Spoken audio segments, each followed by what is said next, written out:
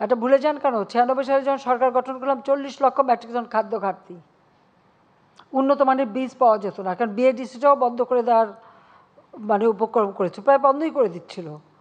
আমি এসে কিন্তু সব চালু রেখেছি, যার জন্য আজকে আমরা কিন্তু এখন কত গুণ বেশি ফসল উৎপাদন করি।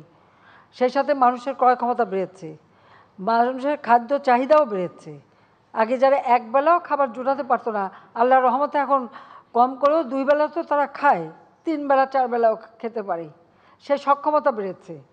আমরা তো হিসাব করি যে আমার কত ফসল হলো, আমার কত মানুষ কে কতটুকু খেতে পারে, তার একটা কিন্তু হিসাব করতে হয়।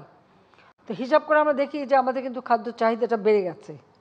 তার কারণ মানুষের এখন কেনার সক্ষমতা বেড়েছে, যার জন্য মাথাপিছু আয় বেড়েছে, কাজেই তারা সেভাবে এখন ভালো খেতে চায়।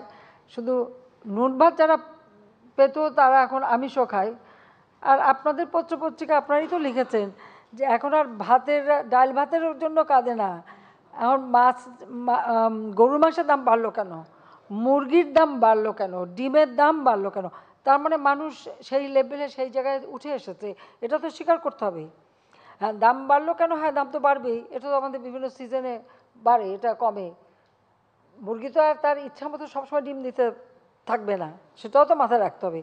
তারপরেও গবেষণা করে, যেমন জাপানের সাথে ক্রস করে আমরা যে একটা মুরগি, শুভ্র মুরগি, ওর নিয়ম হচ্ছে 200টা ডিম দেবে, তারপরে আর ডিম দেবে না। এরকম বিভিন্ন ধরনের কিন্তু গবেষণা চলছে।